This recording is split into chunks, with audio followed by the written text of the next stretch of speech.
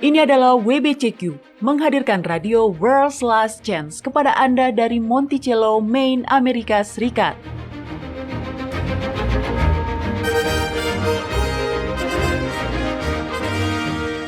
Kerinduan hati dari setiap orang Kristen selama 2000 tahun adalah melihat Sang Juru Selamat kembali dan mendirikan sebuah kerajaan kekal di atas bumi. Peristiwa-peristiwa yang terjadi di dunia mengungkap bahwa hal itu akan segera terjadi. Tetaplah bersama kami untuk belajar cara Anda dapat bersiap secara rohani menghadapi peristiwa-peristiwa akhir zaman. Radio WLC mempersiapkan orang untuk hidup dalam kerajaan Yahwa di bumi yang akan ditegakkan saat Kristus kembali. Sebuah analogi yang umum untuk menggambarkan Sang Juru Selamat adalah dengan menyebutnya sebagai batu karang kita. Analogi ini dan fakta bahwa hal ini dapat ditelusuri dari kitab-kitab Perjanjian Lama sampai ke kitab-kitab Perjanjian Baru merupakan salah satu argumen yang digunakan oleh banyak kaum penganut Trinitas untuk mencoba membuktikan pra-eksistensi Sang Juru Selamat. Hai, saya Mario Nugraha dan Anda sedang mendengarkan Radio WLC. Hari ini, Doni akan membahas tentang apa artinya Yahusua menjadi batu karang kita. Dari mana analogi ini berasal dan apakah gelar atau sebutan ini membuktikan bahwa Yahusua memang sudah ada sebelum kelahirannya di Bethlehem. Doni? Ya, terima kasih Mario. Analogi Sang Juru Selamat sebagai batu karang kita, seperti perkataan Anda barusan, diulang-ulang di dalam Alkitab. Dan sebenarnya berasal dari sebuah nubuatan yang sangat indah tentang Sang Mesias. Mari kita luangkan waktu sejenak untuk membacanya. Itu ada di dalam kitab Mazmur pasal 118. Bacalah ayat 22 dan 23. Baiklah, di sini tertulis, batu yang dibuang oleh tukang-tukang bangunan telah menjadi batu penjuru. Yahwa telah melakukan hal ini, suatu perbuatan ajaib di mata kita. Yahusua sendiri menunjuk pada ayat-ayat ini sebagai nubuatan tentang dirinya sendiri. Anda dapat menemukannya dalam kitab Matius pasal 21 ayat 42. Dalam pasal ini, Yahusua menceritakan perumpamaan tentang pemilik kebun anggur. Dia menceritakan bagaimana ketika tiba waktunya panen, dia mengutus hamba-hamba untuk menerima hasil panen. Tetapi para pekerja kebun anggur menyerang hamba-hamba tersebut. Mereka memukuli satu orang, membunuh yang lain, dan melempari dengan batu hamba yang ketiga. Mari kita lanjutkan kisahnya di ayat 3.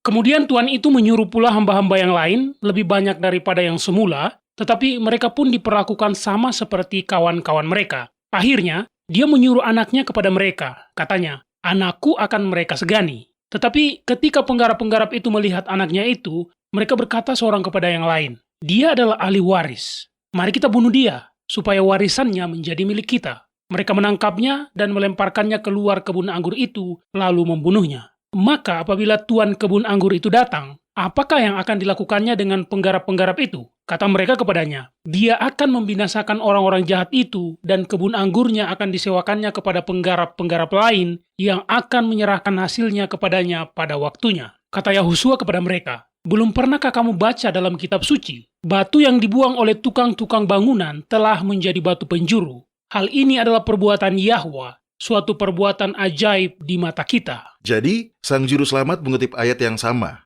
untuk memperingatkan para pendengarnya akan nasib yang menanti setiap orang yang menolak anugerah keselamatan. Mazmur yang sama ini dikutip untuk Kristus dalam kitab Markus pasal 12 ayat 10, kitab Lukas pasal 20 ayat 17, dan kitab 1 Petrus pasal 2 ayat 7. Dalam kitab Kisah Para Rasul pasal 4 ayat 11, Petrus secara gamblang mengatakan kepada mahkamah agama bahwa Kristus adalah batu yang dibuang oleh tukang-tukang bangunan, yaitu kamu sendiri. Namun dia telah menjadi batu penjuru. Ini adalah tema yang dikembangkan dan diuraikan di seluruh Alkitab. Sekarang, ayat yang digunakan oleh banyak orang Kristen sebagai bukti bahwa Yahusua itu ilahi dan memiliki pra-eksistensi ditemukan dalam kitab 1 Korintus pasal 10. Mari kita buka ayat itu. Mario, kitab 1 Korintus pasal 10. Mulailah dengan ayat 1 agar kita dapat memahami konteksnya. Kitab 1 Korintus pasal 10 ayat 1 sampai ayat 4. Aku mau supaya kamu mengetahui, saudara-saudara, bahwa nenek moyang kita semua berada di bawah perlindungan awan dan bahwa mereka semua telah melintasi laut. Untuk menjadi pengikut Musa, mereka semua telah dibaptis dalam awan dan dalam laut. Mereka semua makan makanan rohani yang sama dan mereka semua minum minuman rohani yang sama. Sebab mereka minum dari batu karang rohani yang mengikuti mereka dan batu karang itu ialah Kristus. Anda tentu bisa memahami bahwa Ketika pemahaman Anda belum terlalu baik, Anda dapat membaca ayat ini dan mengasumsikan bahwa Yahuswa memiliki praeksistensi karena di sini, di ayat 4 dikatakan, mereka semua minum minuman rohani yang sama, sebab mereka minum dari batu karang rohani yang mengikuti mereka, dan batu karang itu ialah Kristus. Iya, tentu. Tentu, jadi saya kira pertanyaan yang lebih baik adalah, bagaimana Anda menjelaskan hal ini jika Anda percaya bahwa Yahuswa tidak memiliki praeksistensi, Doni? Karena saya tidak meyakini bahwa dia memiliki praeksistensi dan saya tahu Anda juga tidak. Jadi, apa sebenarnya arti dari ayat ini, Doni? Nah, ini terkait dengan kepercayaan Trinitas bahwa Yahuswa sebagai anak Yahwa sebenarnya adalah pribadi kedua dari ketuhanan, atau biasa disebut Allah anak. Jelas, jika dia memang ilahi, dia pasti sudah ada sebelumnya. Bukalah kitab Ulangan pasal 32 dan bacalah ayat 3 dan 4. Sebab nama Yahwa akan kuserukan, berilah hormat kepada Elohim kita. Dia adalah batu karang yang pekerjaannya sempurna, karena segala jalannya adil. Elohim yang setia dengan tiada kecurangan, adil dan benar dia. Ini adalah pernyataan yang sangat jelas dari kitab suci bahwa Yahwa adalah batu karang keselamatan kita. Sekarang mari kita buka kitab Mazmur pasal 18 dan baca ayat 3 dan ayat 31. Ini adalah ayat-ayat yang menjelaskan siapakah batu karang itu. Ya Yahwa batu karangku, kubu pertahananku dan penyelamatku. Elohimku, batu karangku, tempat aku berlindung. Perisaiku, tanduk keselamatanku, kota bentengku. Oke, ayat berapa lagi, Doni? Ayat 31. Sebab siapakah Eloa selain daripada Yahwa, dan siapakah batu karang kecuali Elohim kita? Sekali lagi, sebuah pernyataan yang sangat jelas bahwa Yahwa adalah sang batu karang. Sekarang, banyak penganut Trinitas yang akan berargumen bahwa Yahuswa dalam bentuknya yang sudah ada sebelumnya, yang menemani bangsa Israel dalam pengembaraan mereka di padang gurun. Dan karena kitab suci dengan jelas menyatakan bahwa Yahwa adalah batu karang ilahi, dan karena Paulus tampaknya menempatkan Yahuswa di padang gurun sebagai batu karang yang diminum oleh orang Israel, maka hubungannya tampak jelas. Yahuswa juga ilahi dan memiliki praeksistensi. Tentu, Anda bisa melihat bagaimana hubungan itu bisa dibuat. Masalahnya, ketika Anda melihat lebih dekat pada penafsiran ini, beberapa ketidakkonsistenan yang sangat serius mulai bermunculan. Yang pertama adalah penggunaan kata Kristus. Satu-satunya tempat di mana Anda pernah mendengar kata itu adalah dalam hubungannya dengan Yahuswa. Benar, seolah-olah Kristus telah menjadi nama khusus dari Yahuswa. Itu seperti sudah menjadi nama belakangnya, Yahuswa Kristus. Tapi sebenarnya tidak. Kristus hanyalah terjemahan bahasa Indonesia dari kata Yunani Christos. Kristos pada gilirannya hanyalah terjemahan bahasa Yunani dari kata Ibrani Mesias. Sekarang, kata Mesias muncul dalam terjemahan bahasa Inggris hanya 2 kali. Dan keduanya ditemukan dalam kitab Daniel pasal 9. Oh ya, para pendengar, baru-baru ini kami telah membuat sebuah program radio tentang kitab Daniel pasal 9. Nah, di pasal ini dikatakan, maka ketahuilah dan pahamilah dari saat perintah itu keluar, yakni bahwa Yerusalem akan dipulihkan dan dibangun kembali sampai pada kedatangan Mesias, seorang raja. Ada 7 minggu dan 62 minggu. Dan sesudah ke-62 minggu itu, Mesias akan disingkirkan padahal tidak ada salahnya apa-apa. Oke, Doni. Jadi, apakah Anda mengatakan bahwa hanya itu satu-satunya tempat di dalam Alkitab kata Mesias muncul? Bagaimana dengan di kitab Yesaya? Bagaimana dengan nubuatan-nubuatan tentang Sang Juru Selamat? Tentunya kata itu seharusnya muncul juga di sana, kan? Oh, kata aslinya muncul di sepanjang kitab-kitab Perjanjian Lama. Tetapi hanya diterjemahkan ke dalam bahasa Inggris sebagai Mesias sebanyak 2 kali, yaitu dalam kitab Daniel pasal 9. Dalam bahasa Ibrani, kata tersebut adalah Masyiach, dan kata ini sering digunakan. Namun di dalam terjemahan bahasa Indonesia lebih sering diterjemahkan sebagai yang diurapi. Kita tidak akan membahas semuanya, ada terlalu banyak. Tetapi mari kita lihat setidaknya beberapa contoh penggunaan Masyiach dalam kitab-kitab Perjanjian Lama. Buka kitab 1 Samuel pasal 24. Anda pasti ingat bagaimana ketika Saul mengejar Daud untuk membunuhnya. Suatu ketika, Saul masuk ke sebuah gua untuk membuang hajat. Anak buah Daud berkata kepadanya, "Hei, inilah kesempatanmu. Akhiri hidupnya yang menyedihkan sekarang, dan kita semua bisa pulang." Mari kita baca tanggapan Daud. Ayat 4-6, dan lihatlah apakah Anda dapat menemukan di mana kata Masyiach atau Mesias muncul dalam ayat ini. Kata itu muncul 2 kali. Silakan. Maka Daud bangun lalu memotong punca jubah Saul dengan diam-diam. Kemudian berdebar-debarlah hati Daud, karena dia telah memotong punca Saul. Lalu berkatalah dia kepada orang-orangnya, "Dijauhkan Yahwa kiranya daripadaku untuk melakukan hal yang demikian kepada Tuanku, kepada orang yang diurapi Yahwa, yakni menjamah dia, sebab dialah orang yang diurapi Yahwa." Di mana kata Masyiach muncul? Diurapi Yahwa? Ya, benar. Lihat, ada banyak Mesias di dalam Alkitab. Yahuswa hanyalah salah satunya. Saul adalah Mesias Yahwa. Daud adalah Mesias Yahwa. Begitu juga Abraham. Mereka adalah orang-orang yang dikhususkan dan diurapi oleh Yahwa. Bahkan, malaikat pun dapat menjadi Mesias dalam pengertian tersebut. Dalam kitab Zakaria pasal 4, sang nabi diperlihatkan 2 pohon zaitun yang meneteskan minyaknya langsung ke dalam tabung-tabung yang menyuplai bahan bakar ke kandil bercabang 7. Ketika Zakaria bertanya apa yang dilambangkan oleh pohon-pohon itu, malaikat itu berkata kepadanya, "Inilah 2 orang yang diurapi, yang berdiri di samping Tuhan yang berkuasa, dan yang memerintah atas seluruh bumi." Jadi secara harfiah, pohon zaitun itu melambangkan 2 orang Mesias, 2 orang Kristus. Ya, tergantung dari bahasa apa Anda menerjemahkan. Kedengarannya aneh, Doni. Saya tahu, tetapi penting bagi kita untuk membaca dan menafsirkan kitab suci sebagaimana kitab suci dimaksudkan untuk dibaca dan ditafsirkan dalam bahasa aslinya. Sekarang, kedatangan Mesias yang dijanjikan adalah tema yang Anda temukan terjalin di seluruh kitab Perjanjian Lama. Mari kita lihat bagaimana dia disebut. Kitab Kejadian pasal 3 ayat 15. Ini adalah janji pertama tentang Mesias yang diucapkan pada saat kejatuhan.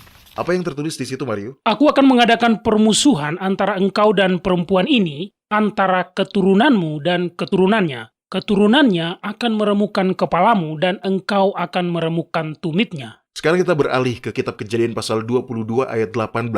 Ini adalah janji yang diberikan kepada Abraham ketika dia menunjukkan bahwa dia bersedia mengorbankan Ishak. Oleh keturunanmu lah semua bangsa di bumi akan mendapat berkat, karena engkau mendengarkan firmanku. Dalam kitab Galatia pasal 3, Paulus merujuk pada janji yang sama. Bacalah ayat 16 dan 19 dari kitab Galatia pasal 3. Adapun kepada Abraham diucapkan segala janji itu dan kepada keturunannya. Tidak dikatakan kepada keturunan-keturunannya seolah-olah dimaksudkan banyak orang, tetapi hanya 1 orang, dan kepada keturunanmu, yaitu Kristus. Kalau demikian, apakah maksudnya hukum Taurat? Dia ditambahkan oleh karena pelanggaran-pelanggaran, sampai datang keturunan yang dimaksud oleh janji itu, dan dia disampaikan dengan perantaraan malaikat-malaikat ke dalam tangan seorang pengantara. Kitab Galatia sangat penting karena kitab ini menghubungkan keturunan yang disebut di dalam kitab Kejadian pasal 3 dengan Yahuswa. Buka lagi kitab Kejadian pasal 49 ayat 10. Ini adalah perkataan Yakub menjelang kematiannya, saat dia memberkati anak-anaknya. Apa yang dikatakannya? Tongkat kerajaan tidak akan beranjak dari Yehuda, ataupun lambang pemerintahan dari antara kakinya, sampai dia datang yang berhak atasnya, maka kepadanya akan takluk bangsa-bangsa. Jadi Mesias yang dijanjikan di sini ditunjukkan bahwa dia akan datang melalui garis keturunan Yehuda. Dalam kitab 1 Tawarik pasal 5 ayat 2 dikatakan, memang Yehuda melebihi saudara-saudaranya. Bahkan darinya datang seorang raja, tetapi hak sulung itu ada pada Yusuf. Sekali lagi, Yahuswa adalah keturunan Yehuda. Raja Daud juga demikian. Itulah sebabnya Yahuswa disebut sebagai keturunan Daud. Sekarang baca kitab 2 Timotius pasal 2 ayat 8. Ingatlah ini, Yahuswa Kristus yang telah bangkit dari antara orang mati, yang telah dilahirkan sebagai keturunan Daud. Itulah yang kuberitakan dalam Injilku. Sekali lagi, Sang Mesias adalah keturunan Daud yang berasal dari Yehuda. Mari kita lihat sekilas kitab Yesaya pasal 11 ayat 1 dan 10. Kitab Yesaya pasal 11. Suatu tunas akan keluar dari tunggul Isai, dan taruk yang akan tumbuh dari pangkalnya akan berbuah. Dan ayat 10. Maka pada waktu itu, taruk dari pangkal Isai akan berdiri sebagai panji-panji bagi bangsa-bangsa. Dia akan dicari oleh suku-suku bangsa, dan tempat kediamannya akan menjadi mulia. Kita dapat melihat bahwa dalam semua ayat-ayat ini, ada seorang keturunan yang dibicarakan. Yahuswa adalah keturunan Daud, yang merupakan keturunan Isai. Mereka secara silsilah adalah keturunan Yehuda, yang juga merupakan keturunan dari kakek buyutnya Abraham. Poin penting yang saya ingin Anda fokuskan adalah bahwa keturunan yang dijanjikan itu dinubuatkan akan muncul dari kalangan umat manusia. Saya tahu kedengarannya sudah jelas, tapi saya akan mengatakannya lagi. Keturunan yang dijanjikan, yaitu Sang Mesias, dinubuatkan akan muncul dari kalangan umat manusia. Sama sekali tidak ada satupun nubuatan dalam Perjanjian Lama yang menunjukkan atau bahkan mengisyaratkan bahwa Sang Mesias telah ada. Hanya saja dalam bentuk yang berbeda. Jadi, ketika kita melihat kembali apa yang Paulus katakan tentang Yahuswa sebagai batu karang yang diminum oleh orang Israel, kita harus melihat kembali asumsi bahwa yang Paulus maksudkan adalah Kristus secara harfiah. Ya, karena bagi Paulus untuk menyatakan bahwa pribadi Yahuswa ada bersama dengan bangsa Israel di padang gurun, berarti bertentangan dengan perkataan para nabi Perjanjian Lama, Doni. Semua nabi, jika mereka menyinggung terkait masalah ini, mengatakan bahwa Mesias akan muncul, ini future tense. Sang Mesias akan muncul dari kalangan umat manusia. Anda tidak dapat mengatakan bahwa dia baru akan muncul. Dan pada saat yang sama, Anda sudah memiliki Kristus yang sudah ada sebelumnya. Kedua konsep ini sangat bertentangan satu sama lain.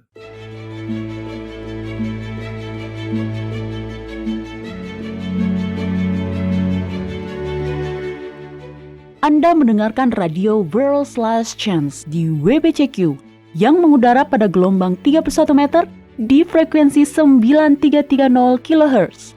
Radio World's Last Chance mempersiapkan orang untuk menyambut Sang Juru Selamat yang segera kembali.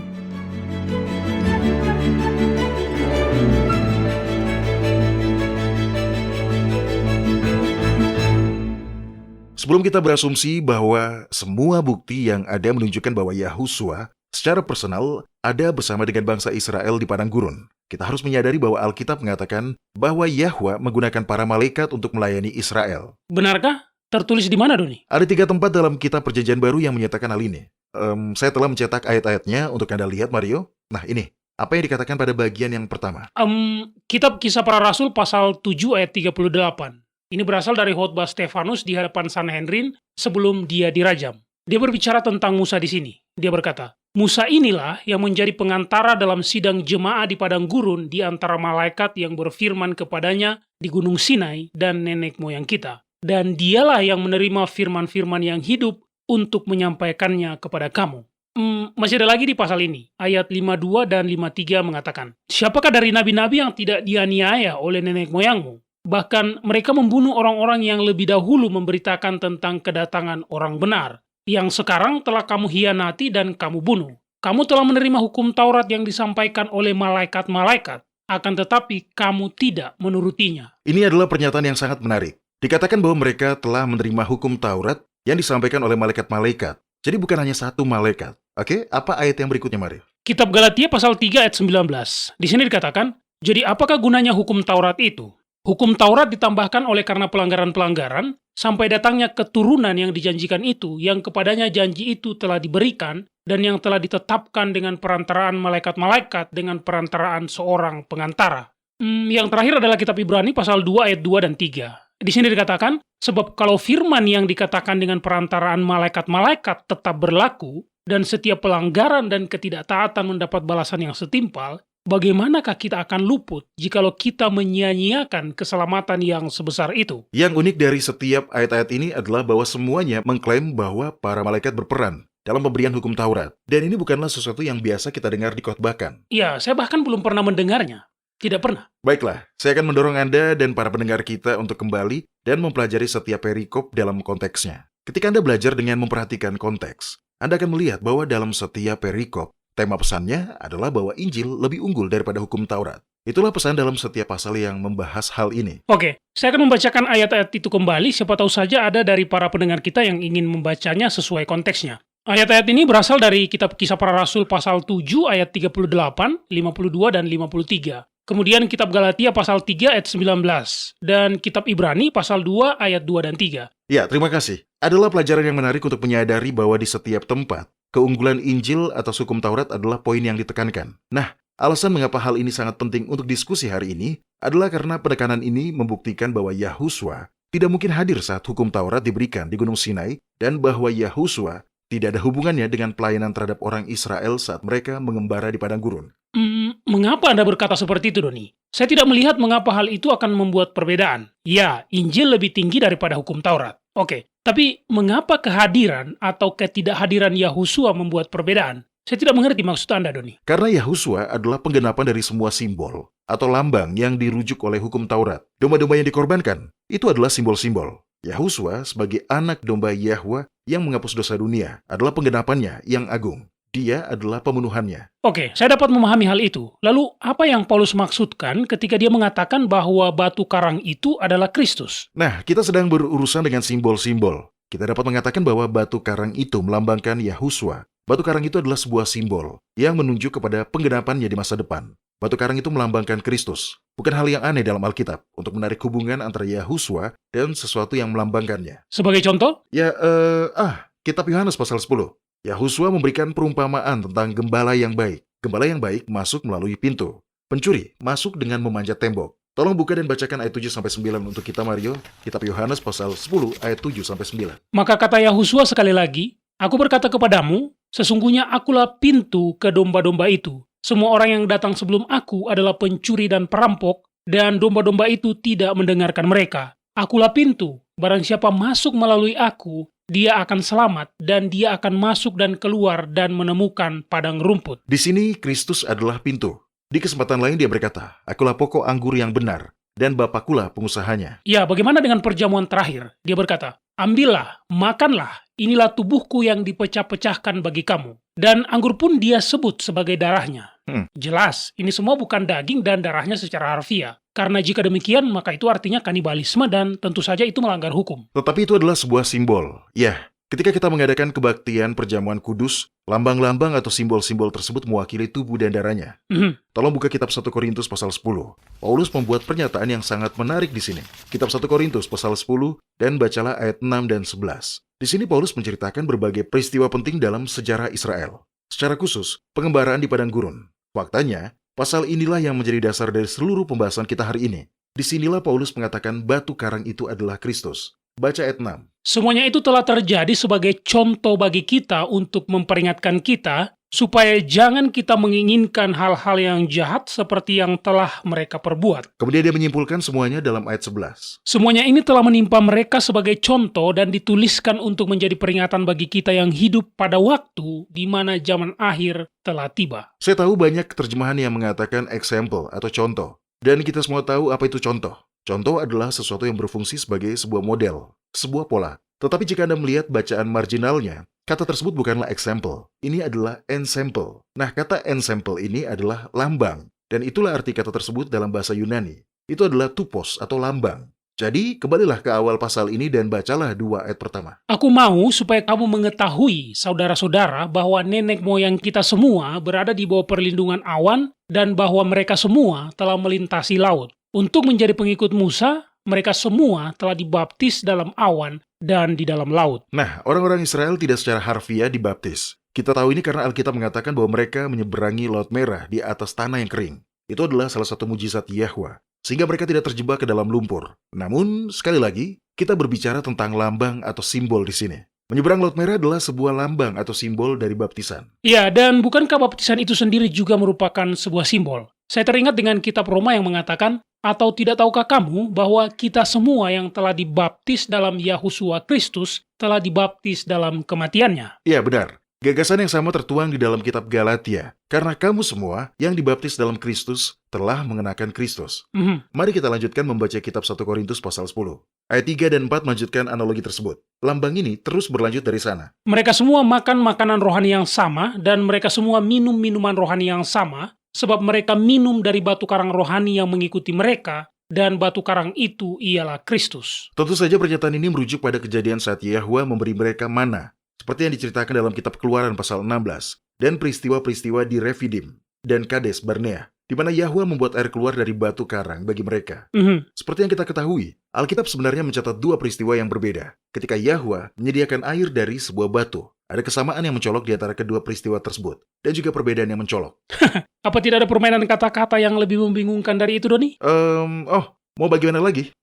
Iya, saya mengerti maksud Anda, Mario. Mari kita tinjau supaya para pendengar kita juga melihatnya. Oke. Nah, dalam kitab Keluaran pasal 17, kita mendapati kisah tentang bagaimana bangsa Israel tiba di Refaim, tetapi tidak ada air untuk diminum. Jadi mereka melakukan apa yang biasa mereka lakukan. Mereka mengeluh pada Musa. Ya, dan menurut saya, apa yang mereka lakukan itu lebih dari sekedar mengeluh. Musa mengatakan kepada Yahwa bahwa mereka siap untuk melempari dia dengan batu. Jadi, mari kita baca apa yang terjadi. Kitab Keluaran pasal 17, ayat 5 dan 6. Berfirmanlah Yahwa kepada Musa, berjalanlah di depan bangsa itu, dan bawalah beserta engkau beberapa orang dari antara para tua-tua Israel. Bawalah juga di tanganmu tongkatmu yang kau pakai memukul sungai Nil, dan pergilah. Maka aku akan berdiri di sana, di depanmu, di atas batu karang di Horeb.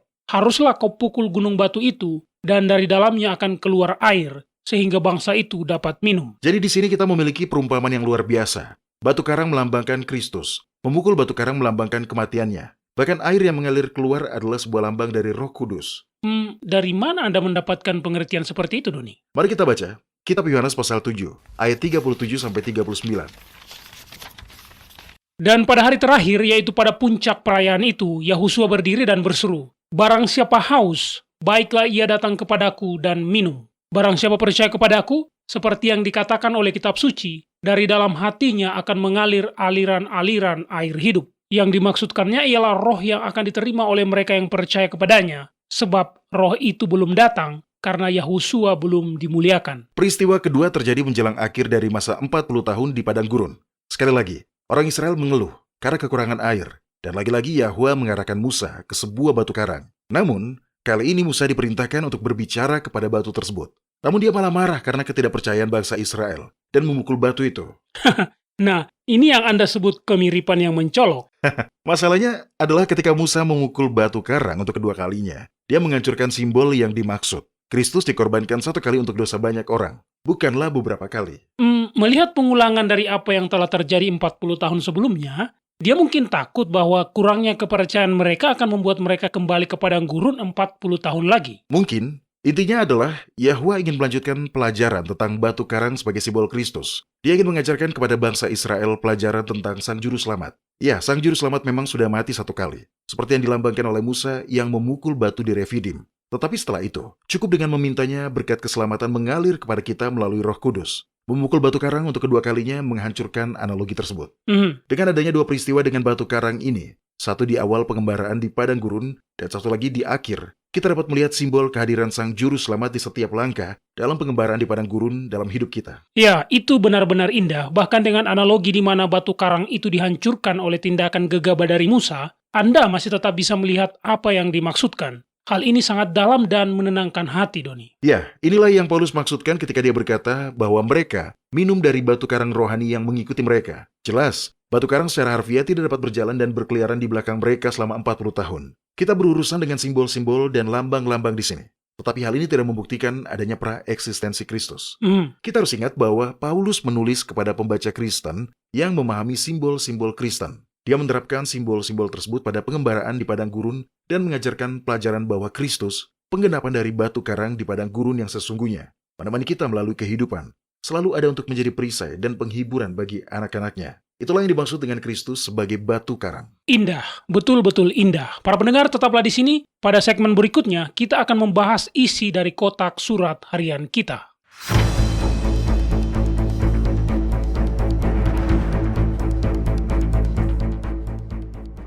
Anda mendengarkan radio World's Last Chance di WBCQ yang mengudara pada gelombang 31 meter di frekuensi 9330 kHz.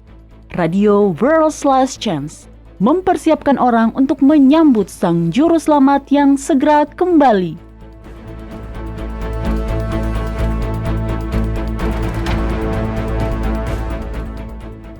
Kota Yerusalem memiliki sejarah yang menarik. Lebih dari sekedar ibu kota kuno dari dinasti Daud di Israel. Akarnya membentang jauh ke masa lalu yang kelam, hingga ke masa Abraham, Ishak, dan Yakub. Bahkan, tradisi menyatakan bahwa kota ini merupakan lokasi asli Taman Eden, dan bahkan Kalvari, yang dikenal sebagai tempat tengkorak. Konon merupakan tempat penguburan Adam. Yerusalem memiliki peran penting dalam rencana Yahwa bagi umat manusia, dan rencana tersebut belum berakhir. Ketika Yahusua kembali untuk mendirikan kerajaan Yahwa di bumi, ketika seperti yang dinubuatkan oleh Yohanes dalam kitab Wahyu, Yerusalem baru dipindahkan dari surga ke bumi. Kota itu akan ditempatkan di atas tanah, di mana Yerusalem saat ini masih berdiri. Jika Anda ingin mempelajari lebih lanjut tentang topik yang menarik ini, dengarkanlah episode radio yang baru saja dirilis dengan judul Yerusalem, Kota Raja yang Agung. Anda pasti ingin mendengarkan pembahasan ini. Program ini menelusuri sejarah Yerusalem dari masa lampau hingga masa depan yang gemilang dan menyingkapkan apa yang Yahwa sediakan bagi tempat yang istimewa ini. Sekali lagi episode itu berjudul Yerusalem, Kota Raja yang Agung. Anda dapat menemukannya di situs web kami atau di channel YouTube kami. Pertanyaan hari ini datang dari negara yang mengoperasikan dan memelihara sistem GPS dunia. GPS, sistem pemosisian global yang digunakan oleh pilot maskapai penerbangan. Iya, tapi bukan hanya yang digunakan pesawat, tapi juga untuk mobil dan militer, smartphone, dan hampir untuk semua kebutuhan manusia. Begitulah. Hanya satu negara yang bertanggung jawab untuk mengoperasikan dan memelihara GPS. Yap. Negara mana? Amerika Serikat. Hah? Ya, saya kira itu masuk akal.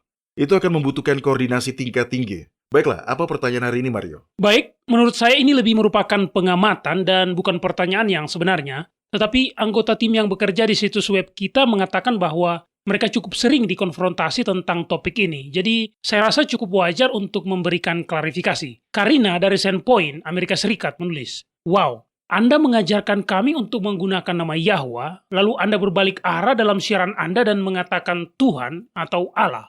Sekarang adalah waktunya untuk memutuskan siapa yang Anda layani, Yahwa atau Baal." Ya, saya telah mendengar anggota tim yang bekerja di situs web dan menjawab komentar dan surat mengatakan bahwa hal ini cukup sering terjadi. Jadi, terima kasih Karina, karena telah memberi kami kesempatan untuk membahas hal ini di udara melalui siaran radio ini. Iya, dia bukan satu-satunya. Beberapa waktu yang lalu sebuah pesan masuk dari David Ben Yosua. Dia berkata, "Anda perlu menjelaskan kepada Yang Maha Tinggi mengapa Anda memanggilnya Yahwa pada menit pertama dan kemudian berbalik dan memanggilnya Baal pada menit berikutnya." Saya berasumsi bahwa dia mengacu pada panggilan Yahwa sebagai Allah atau Tuhan. Karena kita tidak pernah menyebut Yahwa sebagai Baal. Itu adalah sebuah pertanyaan yang wajar. Kami memang mengajarkan, dan saya sangat yakin bahwa Yahwa adalah nama pencipta kita. Dan Alkitab berulang kali mendorong kita untuk memanggil namanya. Jadi kita pasti harus menggunakannya. Nama suci ini telah hilang ketika Alkitab diterjemahkan. Karena para penerjemah memasukkan sebutan umum, Tuhan atau Allah, dan bukan namanya yang sebenarnya. Dan seharusnya seperti yang kita sudah bahas di program-program sebelumnya, tindakan penggantian nama itu tidak dilakukan. Ya, seharusnya tidak dilakukan. Bagaimana kita dapat memanggil nama Yahwa? Seperti yang berulang kali diperintahkan oleh Alkitab, jika kita tidak tahu apa atau siapa namanya.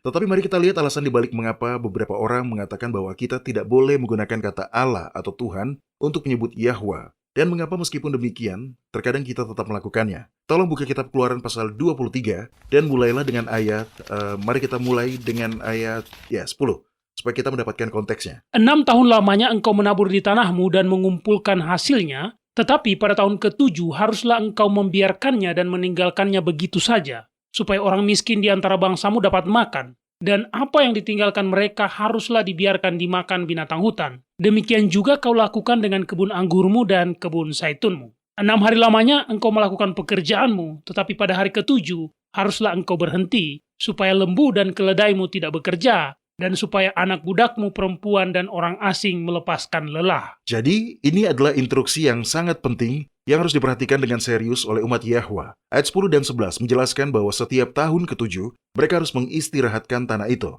Hal ini mungkin tidak terlalu penting bagi orang percaya saat ini. Tetapi di bagian lain dalam Alkitab, kita diberitahu bahwa alasan bangsa Israel menghabiskan 70 tahun di pembuangan di Babel adalah karena mereka lalai untuk mengistirahatkan tanah itu. Jadi sebanyak tahun-tahun istirahat yang mereka abaikan untuk membiarkan tanah itu beristirahat, itulah jumlah tahun tanah itu beristirahat selama mereka berada di Babel. Di sini kita juga mendapati pengulangan perintah Sabat. Sekali lagi, perintah yang sangat serius dan sangat penting yang harus dipahami secara harfiah. Sekarang dengan mengingat hal ini, bacalah ayat berikutnya Mario. Dalam segala hal yang kufirmankan kepadamu, haruslah kamu berawas-awas. Nama Allah lain janganlah kamu panggil. Janganlah nama itu kedengaran dari mulutmu. Ayat ini adalah dasar mengapa banyak orang percaya yang sangat tulus merasa bahwa kata Allah atau Tuhan tidak boleh diterapkan pada Yahwa. Mari kita lihat satu ayat lagi, kitab Hosea pasal 2 ayat 16. Ini membawa unsur lain ke dalamnya. Ayat ini mengutip perkataan Yahwa sendiri. Lalu aku akan menjauhkan nama para Baal dari mulutmu, maka nama mereka tidak lagi disebut. Ada dua bagian dalam masalah penggunaan nama-nama kafir ini. Yang pertama adalah, apakah kita menggunakan kata Allah untuk merujuk kepada Yahwa, ketika kata tersebut juga digunakan untuk Allah-Allah palsu. Yang kedua adalah penggunaan kata-kata kafir. Jadi mari kita lihat ini. Sebelum Anda melanjutkan, saya rasa cukup wajar untuk menyampaikan bahwa ada anggota tim WLC yang setuju dengan Karina dan David. Mereka adalah anggota yang sangat penting dalam tim kami dan kami sangat menghormati mereka. Mereka juga percaya bahwa kata Allah atau Tuhan tidak boleh digunakan untuk merujuk kepada Yahwa. Ya, benar. Terima kasih Mario. Pertanyaan tersebut menanyakan mengapa kita, sebagai bagian dari tim penyiar, masih sesekali menggunakan kata Allah atau Tuhan. Jadi itulah yang akan saya jawab. Tapi Anda benar, ada beberapa anggota tim yang tidak setuju. Ketulusan semua anggota tim tidak perlu dipertanyakan lagi. Jadi kami saling memberikan kebebasan beragama untuk mengikuti keyakinan masing-masing. Karena kami tahu bahwa jika kita terus belajar, Roh Kudus akan menuntun kita semua kepada kebenaran yang sama. Baiklah, kembali ke poin pertama kita. Beberapa orang percaya bahwa kita tidak boleh menggunakan kata apapun untuk Yahwa yang digunakan untuk ilah-ilah palsu. Dan jelas, kata Allah atau Tuhan adalah contoh utama dari hal itu. Kata Tuhan atau Allah berasal dari kata Ibrani Eloah, yang secara harfiah berarti Tuhan atau Allah atau Dewa. Baik, itu masuk akal. Kita berurusan dengan bahasa yang berbeda di sini. Bahasa Indonesia berasal dari rumpun bahasa Melayu, Tapi kata Allah atau Tuhan dalam bahasa Indonesia berasal dari kata dalam bahasa Arab, Allah. Nah, seperti yang telah Anda katakan sebelumnya, Doni, kata ini adalah kata untuk Eloah yang diberikan Yahwa kepada nenek moyang kita ketika dia mengacaukan bahasa-bahasa di Babel. Elohim adalah bentuk jamak dari kata tersebut, juga bisa berarti dewa-dewa atau bahkan dewi-dewi. Adalah merupakan sebuah perangkat sastra Ibrani untuk menggunakan kata jamak yang sama untuk diterapkan pada Yahwa. Karena bentuk jamak dari kata tersebut menunjukkan penghormatan yang lebih besar. Mereka juga melakukan hal ini ketika menggunakan Elohim untuk menyebut hakim-hakim atau tokoh-tokoh penting lainnya. Mari kita lihat beberapa penggunaan kata Elohim dalam Alkitab. Mungkin yang paling terkenal adalah dalam kitab Kejadian pasal 1 ayat 1. Anda pasti sudah hafal apa yang dikatakan di situ? Pada mulanya Elohim menciptakan langit dan bumi. Kita tahu bahwa Yahwa lah yang menciptakan langit dan bumi. Tetapi bukan itu kata yang Musa gunakan. Meskipun dia mengetahui nama ilahi itu karena dia menggunakannya dalam kitab Kejadian pasal 2. Sebaliknya, Musa menggunakan kata Ibrani untuk Allah atau Tuhan. Dan dia menerapkannya kepada Yahwa.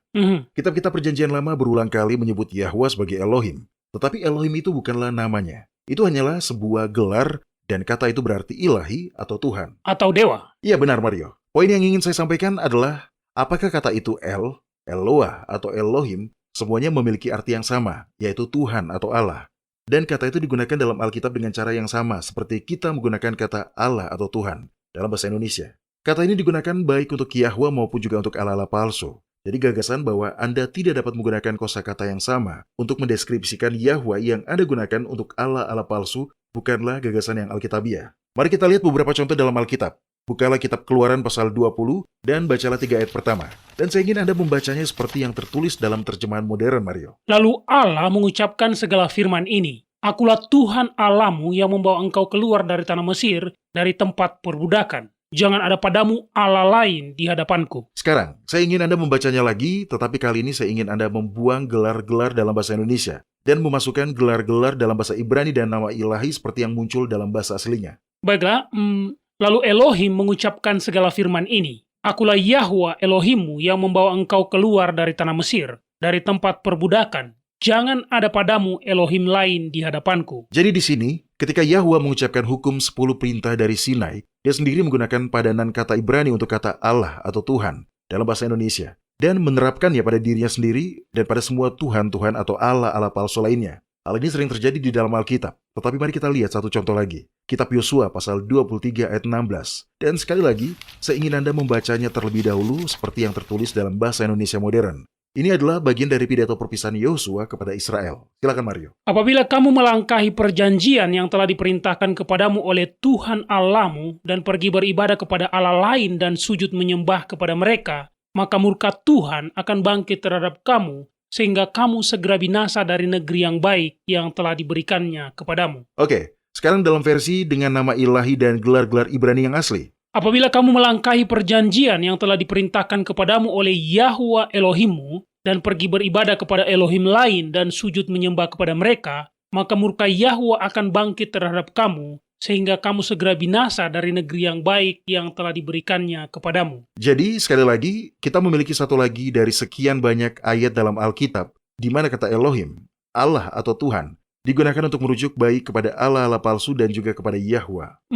Anda tahu, ada satu pemikiran yang baru saja saya pikirkan, Doni. Kita semua setuju bahwa menyembunyikan nama Yahwa di balik sebutan atau gelar umum, Tuhan atau Allah, adalah hal yang salah. Namun, apakah kita pernah melakukan hal yang sama dengan cara terbalik? Dalam program-program radio kita, juga video-video kita dan artikel-artikel di situs web kita menggunakan huruf besar untuk kata Elohim dan menerapkannya secara ketat hanya kepada Yahwa. Namun pertama, bahasa Ibrani tidak memiliki huruf besar. Jadi, kita mengangkat sebuah kata yang bukan nama dan menggunakannya sebagai nama. Dan kedua, kita menggunakan sebutan umum dan menerapkannya secara ketat kepada Yahwa ketika Alkitab sendiri menerapkannya baik pada Allah yang sejati maupun pada semua Allah palsu lainnya. Ya, itulah sesuatu yang perlu dipertimbangkan. Dan memang ada masalah dengan hal itu. Akan menjadi masalah jika Anda menggunakan Elohim untuk merujuk secara eksklusif kepada Yahwa. Ya, dan jika kita melakukan apa yang dilakukan oleh para penerjemah Alkitab dengan mengubah sebuah gelar menjadi nama kudus, itu pasti salah. Namun lebih dari itu, dan disinilah masalahnya. Jika kita memutuskan bahwa kita tidak dapat menggunakan kata-kata untuk Yahwa yang juga berlaku untuk Allah-Allah palsu, maka kita membatasi kemampuan kita untuk mengkomunikasikan konsep-konsep yang penting. Dan itu adalah sesuatu yang bahkan tidak dilakukan oleh para penulis Alkitab. Inilah sebabnya mengapa sebagian besar pembuat konten WLC memilih untuk menggunakan kata Allah atau Tuhan. Membatasi kosakata Anda akan membatasi kemampuan Anda untuk berkomunikasi. Allah atau Tuhan adalah sebutan atau gelar umum.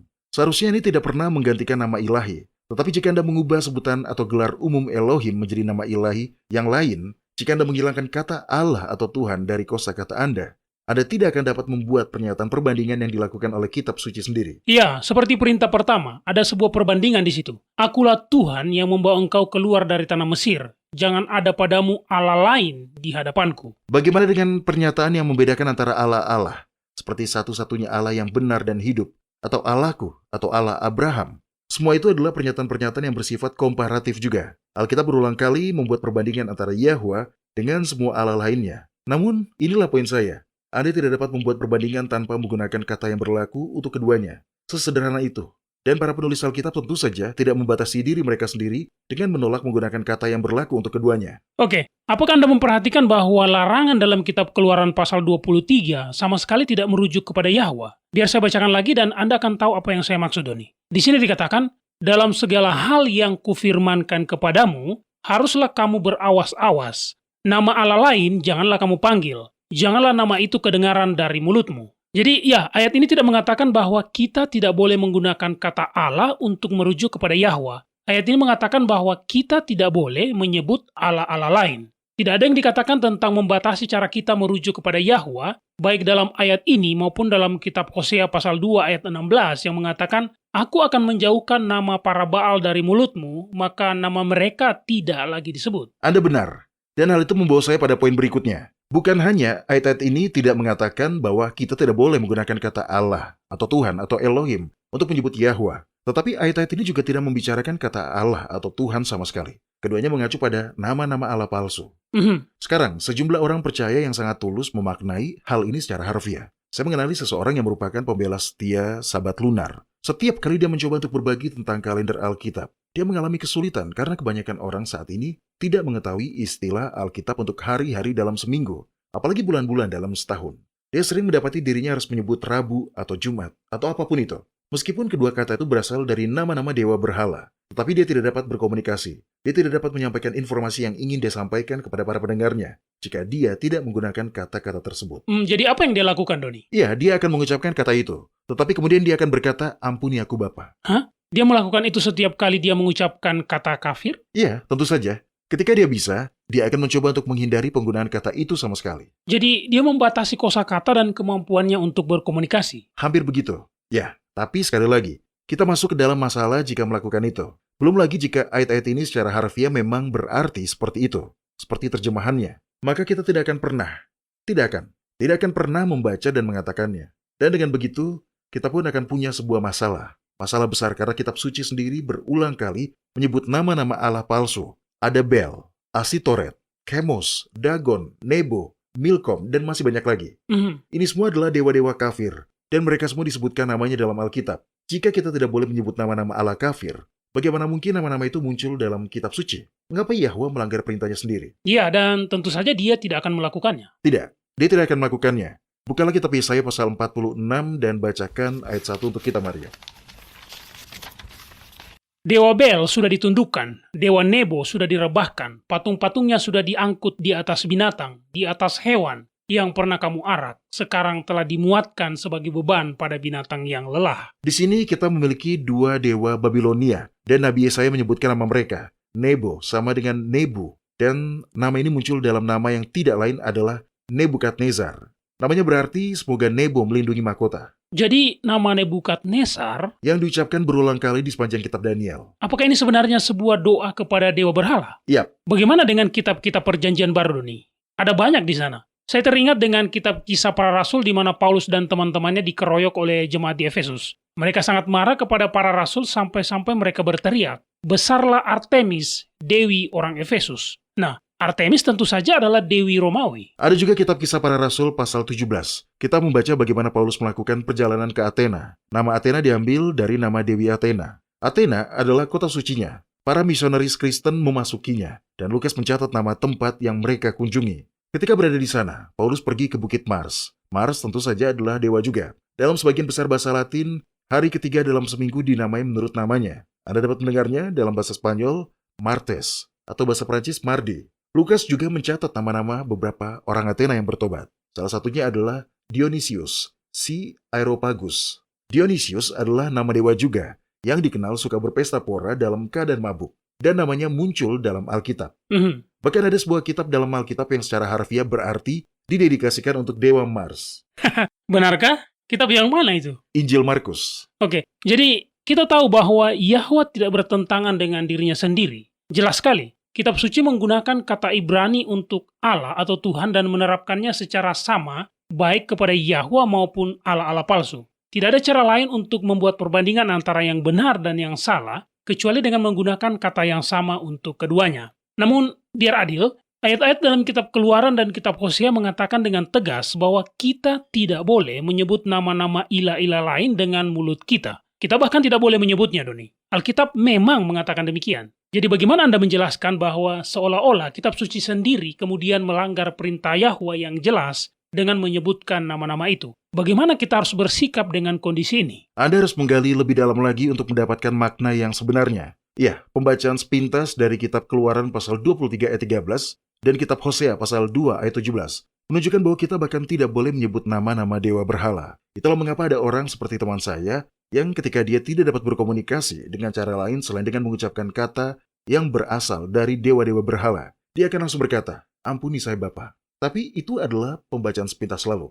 Coba Anda mencari kata menyebutkan dalam kamus konkordasi Strong. Baiklah, tolong buka dengan cepat Mario. Ada kamus konkordansi di rak di sana. Ambil dan mari kita baca apa arti kata aslinya dalam bahasa Ibrani. Kata ini bernomor 2142. Kata ini berasal dari kata saukar.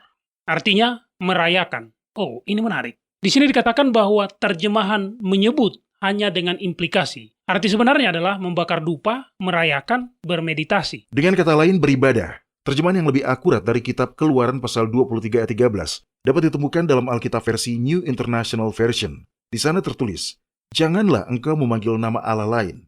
Janganlah kamu memanggil nama-nama itu dengan bibirmu." Memanggil tentu saja berarti meminta pertolongan, berdoa dengan sungguh-sungguh. Kita tidak boleh berdoa kepada ilah-ilah lain. Jangan memohon pertolongan kepada ilah-ilah lain. Inilah yang konsisten dengan seluruh isi kitab suci. Baiklah, bagaimana dengan kitab Hosea pasal 2 ayat 17 yang mengatakan bahwa dewa-dewa kafir tidak akan diingat lagi namanya? Carilah kata diingat. Itu berasal dari kata yang sama, saukar. Makna sebenarnya dari perintah-perintah ini adalah bahwa kita tidak boleh menyembah, tidak boleh membakar dupa, atau memanggil nama-nama dewa lain. Kita tidak boleh berdoa kepada mereka. Ini bukan berarti kita tidak boleh menyebutkan nama mereka secara harfiah. Kitab Daniel pasal 1 ayat 7 memberitahu kita nama Babel dari Daniel. Sida-sida yang ditugaskan untuk mengawasi para tawanan Israel menamainya Belsazar. Secara harfiah, Belsazar berarti Dewi Beltis yang melindungi raja. Beltis dianggap sebagai ratu para dewa di Babilonia. Jadi nama Babel dari Daniel yang perhatikan, disebutkan dalam Alkitab sebenarnya adalah sebuah doa kepada dewa berhala. Sekali lagi, perintah Yahwa dalam kitab Keluaran pasal 23 dan kitab Hosea pasal 2 bukan berarti kita tidak boleh mengucapkan sepatah kata pun untuk menyampaikan informasi. Itu berarti kita tidak boleh terlibat dalam tindakan memohon, menghormati, atau menyembah ilah lain. Ya, itu sangat masuk akal. Bukanlah sesuatu yang tidak menghormati Yahwa jika kita menggunakan kata-kata yang Dia sendiri berikan untuk tujuan menyampaikan informasi, ya kan? Iya, Mario. Tragedi yang sesungguhnya terjadi ketika kita menghilangkan kata-kata yang sangat dibutuhkan untuk membagikan kebenaran. Jika gelar atau nama-nama kafir adalah yang dimaksud, bahwa kita secara harfiah tidak boleh mengucapkan atau menuliskannya, maka nama-nama dan gelar-gelar itu seperti kata Elohim tidak akan muncul dalam Alkitab, karena tindakan mencatatkannya dalam Alkitab akan melanggar perintah untuk tidak menyebut atau mengingatnya. Ya, itu benar. Meskipun demikian, kami akan terus menghormati kebebasan beragama mereka yang tidak sejalan dengan kami, termasuk beberapa anggota tim kami sendiri. Kami hanya meminta dengan hormat untuk mendapatkan hak yang sama sebagai balasannya. Janganlah kita saling mencela atau menuduh satu sama lain atas hal-hal seperti ini. Itu bukan semangat Yahuswa. Oke, diskusi yang menarik. Terima kasih, Doni. Baik para pendengar, jika Anda memiliki pertanyaan, Anda dapat menghubungi kami dengan mengunjungi situs web kami di world/chance.com dan mengklik hubungi kami. Kami senang menerima pesan Anda.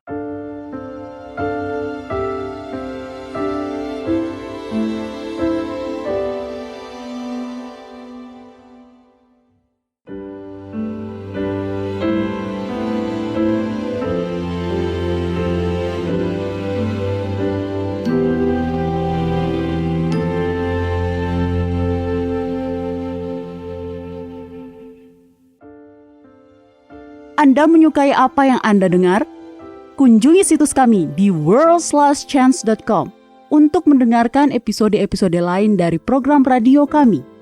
Radio World's Last Chance mempersiapkan orang untuk menyambut Sang Juru Selamat yang segera kembali.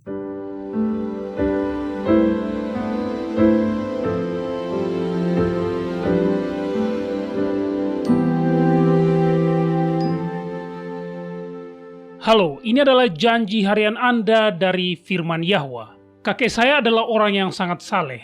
Dia baik hati dan suka bermain dengan cucu-cucunya. Hal ini mungkin tidak terlalu penting bagi orang dewasa, tetapi bagi seorang anak kecil adalah sangat berarti untuk memiliki orang dewasa yang penuh kasih sayang yang menunjukkan ketertarikan pada mereka. Kakek saya meninggal ketika saya masih remaja, tetapi pengaruhnya tetap hidup. Bahkan 16 tahun kemudian, ketika saya melahirkan seorang putra, saya menamainya dengan nama kakek saya. Kemarin adalah hari ulang tahun kakek saya dan ketika mengenangnya, saya menyadari betapa berharganya janji dari kitab Pengkhotbah pasal 9 ayat 5 yang mengatakan, "Karena orang-orang yang hidup tahu bahwa mereka akan mati, tetapi orang yang mati tidak tahu apa-apa. Tidak ada upah lagi bagi mereka, bahkan kenangan kepada mereka sudah lenyap."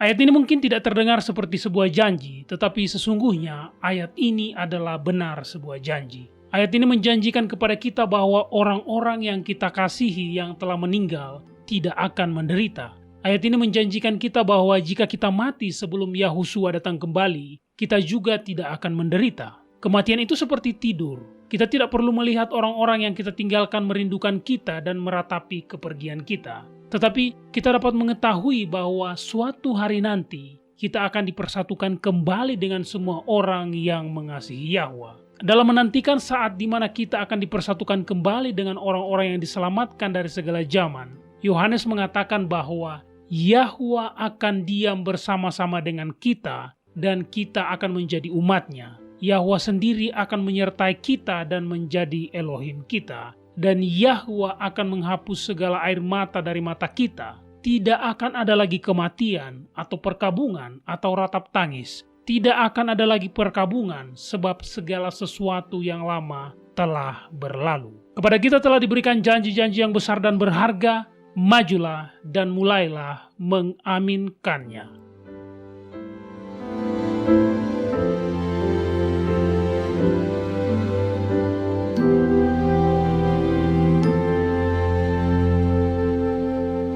World's Last Chance berdedikasi untuk mempersiapkan orang menyambut Sang Juru Selamat yang segera kembali.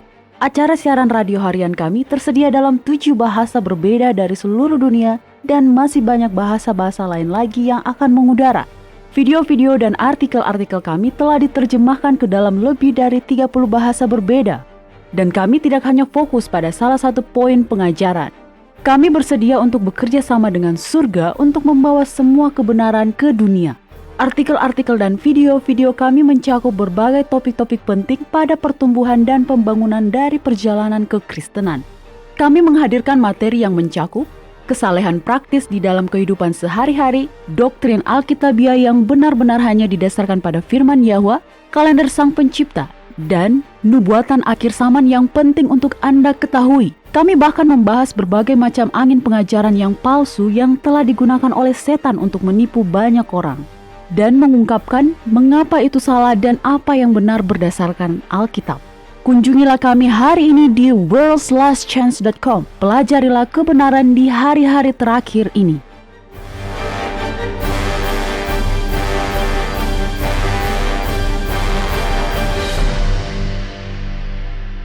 Mohit Agadi adalah seorang penulis, jurnalis, produser film, dan pengusaha yang tinggal di Bengaluru, India. Dia berkata, katanya, ketika Anda melakukan suatu pekerjaan yang baik dan jika itu menginspirasi orang lain, maka Anda baru saja menciptakan efek riak. Saya tidak bisa tidak memikirkan hal itu selama diskusi hari ini tentang Yahusua atau Yahwa menjadi batu karang. Kepercayaan yang kita pegang berdampak pada begitu banyak kepercayaan lainnya. Ada efek riak yang nyata. Hari ini kita dapat melihat perbedaan antara mendekati ayat-ayat ini sebagai penganut Trinitas atau Unitarian.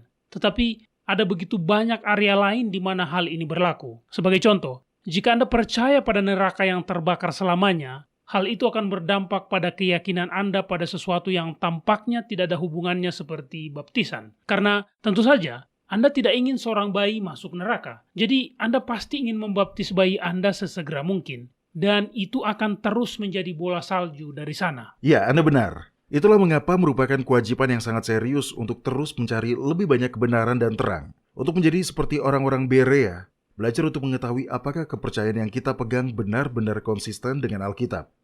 Dan satu-satunya cara untuk mengetahuinya adalah jika kita benar-benar meluangkan waktu untuk memeriksa kembali keyakinan kita. Karena tidak ada seorang pun yang dengan sengaja mempercayai kesalahan. Semua orang mengasumsikan bahwa keyakinan mereka benar. Karena jika sebaliknya, maka mereka tidak akan mempercayainya. Iya. Tapi Anda dan saya sama-sama pernah mengalami bagaimana hanya karena Anda meyakini sesuatu itu benar, bukan berarti hal itu sudah benar. Diskusi hari ini benar-benar menyadarkan kita betapa pentingnya menggali kebenaran dan terus menggali. Pemahaman baru memberikan lebih banyak terang pada keyakinan yang sebelumnya dipegang. Saya ingat pernah membaca sebuah pernyataan yang berbunyi, kebenaran dapat menanggung beban investigasi. Dan itu benar. Jika sebuah doktrin itu benar, maka kita tidak akan kehilangan apapun dengan melihatnya kembali. Dan kita bahkan mungkin, atau saya harus mengatakan, kita mungkin akan menemukan sesuatu yang baru untuk dipelajari. Oke, apa prinsip terpenting yang perlu diingat ketika belajar dan mencari terang yang baru, Doni? Menurut saya, banyak orang yang telah diajarkan untuk takut melihat ide-ide baru. Mereka telah diajarkan, mungkin tidak dengan kata-kata yang banyak, tetapi idenya ada di sana. Bahwa jika mereka mempertimbangkan ide-ide baru, iblis akan datang seperti air bah. Dan mereka akan tertipu melawan hati nurani dan kehendak mereka. Tetapi bukan seperti itu cara Yahwa bekerja. Dia ingin kita belajar, dan dia akan menjaga pikiran kita saat kita belajar. Tetapi Anda tidak akan bisa kokoh di dalam kebenaran jika Anda tidak meluangkan waktu untuk belajar sendiri. Ketika Anda belajar untuk diri Anda sendiri, Roh Yahwa memiliki kesempatan untuk mengokohkan Anda pada titik itu. Ya, dan mungkin Roh Kudus akan membuat Anda yakin bahwa suatu gagasan itu salah. Ya, benar. Tetapi Anda masih harus belajar sendiri untuk memberikan kesempatan kepada Roh untuk melakukan hal itu. Jadi, dalam proses belajar itu sendiri, apa yang paling penting untuk diingat? Doa dan memohon bimbingan ilahi tentu saja, tapi apalagi, Doni? Menurut saya, penting untuk mengetahui apa yang dimaksud dengan belajar dengan pikiran terbuka.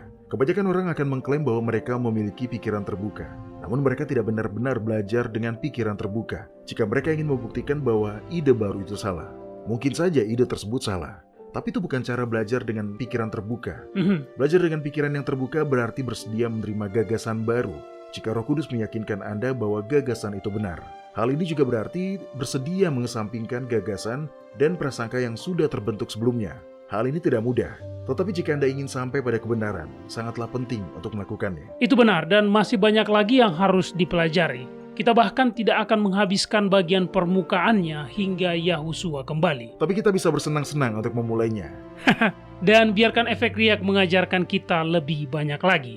Baiklah para pendengar, kami berharap Anda dapat bergabung dengan kami lagi besok. Sampai jumpa dan ingatlah, Yahwa mengasihi Anda dan Dia aman untuk dipercaya.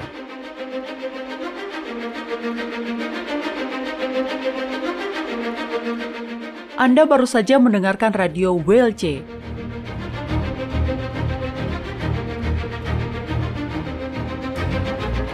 World's Last Chance berkomitmen untuk memberitakan Injil Kerajaan Yahwa kepada dunia.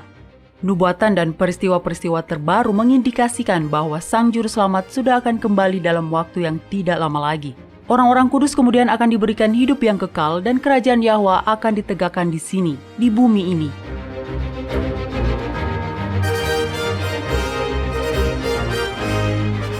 Tidak ada waktu yang bisa disia-siakan.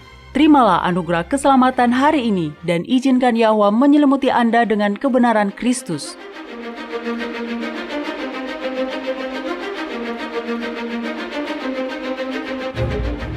Program ini serta episode radio WLC yang lain tersedia di worldslastchance.com. Klik ikon radio WLC di bagian kanan atas beranda.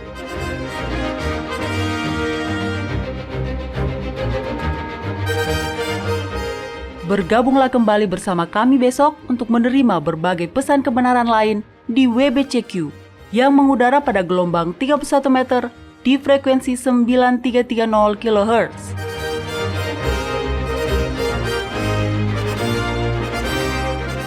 Radio WLC mempersiapkan orang untuk hidup dalam kerajaan Yahwa di bumi yang akan ditegakkan saat Kristus kembali tidak lama lagi.